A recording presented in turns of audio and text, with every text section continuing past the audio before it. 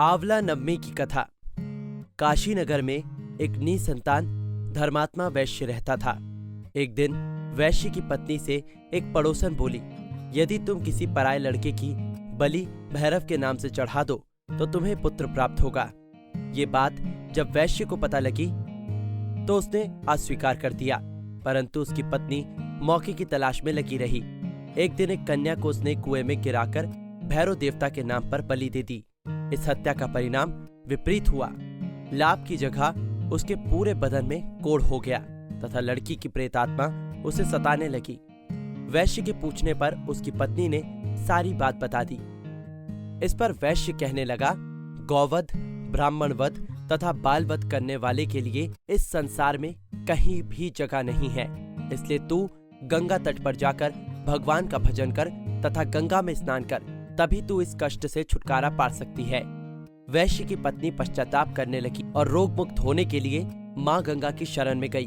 तब गंगा ने उसे कार्तिक शुक्ल पक्ष की नवमी तिथि को आंवला के वृक्ष की पूजा कर आंवले का सेवन करने की सलाह दी थी, जिस पर महिला ने गंगा माता के बताए अनुसार इस तिथि को आंवला वृक्ष का पूजन कर आंवला ग्रहण किया था और वो रोग मुक्त हो गई थी।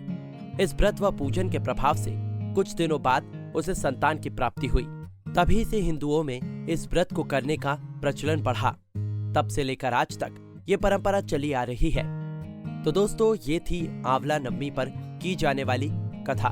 दोस्तों, आपको बता दें कि हर वर्ष कार्तिक मास की शुक्ल पक्ष की नवमी तिथि को आंवला नवमी का आयोजन किया जाता है। मान्यता है कि इस दिन से ही त्रेता युग का आरंभ हुआ था। इस पुण्य तिथि पर किया गया कोई भी धार्मिक कार्य जैसे दान, जप तप, तर्पण, स्नान आदि, व्रत, पूजन आदि करने से अक्षय फल की प्राप्ति होती है। इसके साथ ही आंवला नवमी के दिन गरीबों को अपनी इच्छा अनुसार भोजन या अनाज दान देना चाहिए। अक्षय नवमी के दिन पितरों के ऊनी वस्त्र और कंबल भी दान किए जाते हैं। अक्षय नवमी के दिन आंवले के पेड़ के पास बैठकर परिवार संग भोजन करने से सुख समृद्धि मिलती है। कुंडली टीवी डेस्क से लता शर्मा की रिपोर्ट। आंवला नवमी की कथा। काशी नगर में एक निसंतान धर्मात्मा वैश्य रहता था। एक दिन वैश्य की पत्नी से एक पड़ोसन बोली, यदि तुम किसी पराये लड़के की बलि भैरव के नाम से चढ़ा दो तो तुम्हें पुत्र प्राप्त होगा। ये बात जब वैश्य को पता लगी तो उसने अस्वीकार कर दिया, परंतु उसकी पत्नी मौके की तलाश में लगी रही। एक दिन एक कन्या को उसने कुएं में गिराकर भैरव देवता के नाम पर बलि दे दी। इस हत्या का परिणाम विपरीत हुआ। लाभ की जगह उसके पूरे बदन में कोढ़ हो गया तथा लड़की की प्रेतात्मा उसे सताने लगी। वैश्य के पूछने पर उसकी पत्नी ने सारी बात बता दी। इस पर वैश्य कहने लगा, गौवध, ब्राह्मणवध तथा बालवध करने वाले के लिए इस संसार में कहीं भी जगह नहीं है। इसलिए तू गंगा तट पर जाकर भगवान का भजन कर तथा गंगा में स्नान कर, तभी तू इस कष्ट से छुटकारा पा सकती है। वैश्य की पत्नी पश्चाताप करने लगी और रोग मुक्त होने के लिए माँ गंगा की शरण में गई।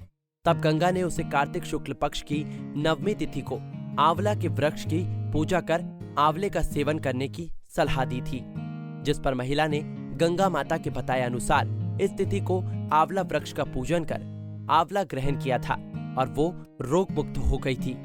इस व्रत व पूजन के प्रभाव से कुछ दिनों बाद उसे संतान की प्राप्ति हुई। तभी से हिंदुओं में इस व्रत को करने का प्रचलन बढ़ा। तब से लेकर आज तक ये परंपरा चली आ रही है। इसी तरह की और भी जानकारी लेने के लिए हमारे चैनल को सब्सक्राइब करें और नई वीडियो की नोटिफिकेशन के लिए बेल आइकॉन दबाएं। अगर आप ये वीडियो फेसबुक पर देख रहे हैं तो वीडियो को लाइक और शेयर करें। साथ ही अपनी राय कमेंट बॉक्स में जरूर बताएं। धन्यवाद।